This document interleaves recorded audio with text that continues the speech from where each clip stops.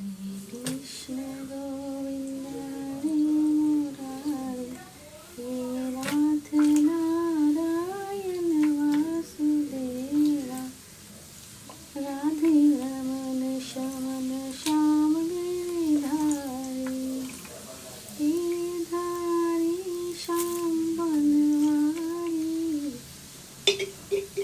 আপনারা জানেন জন্মাষ্টমীর পুজো মানে যেমন গোপালের পুজো হয় তেমন রাধাকৃষ্ণেরও পুজো হয়। গোপালেরই তো আরেকটা রূপ কৃষ্ণের, আমরা সেটা জেনে থাকি। ওই গোপালকেও আমি যেমনভাবে স্নান করাই, রাধাকৃষ্ণকেও ঠিক তেমনিভাবে স্নান করাই। তুলসী পাতা দিয়ে, ফুল, তুলসী পাতা, গঙ্গার জল, ডাবের জল, ঘি, মধু সমস্ত কিছু দিয়ে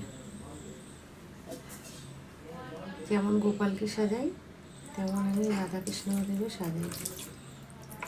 সুন্দরভাবে জামা কাপড় পরিয়ে সাজিয়ে মালা পরিয়ে মুকুট পরিয়ে আপনারা দেখুন।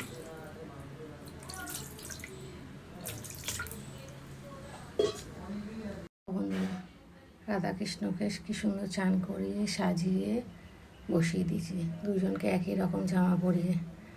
অন্যান্য জামা আমরা হাতে তৈরি করি বাড়িতে কাপড় কিনে এনে, এবছর আর সময় হয়নি বলে কিনেই নিয়ে এসেছি।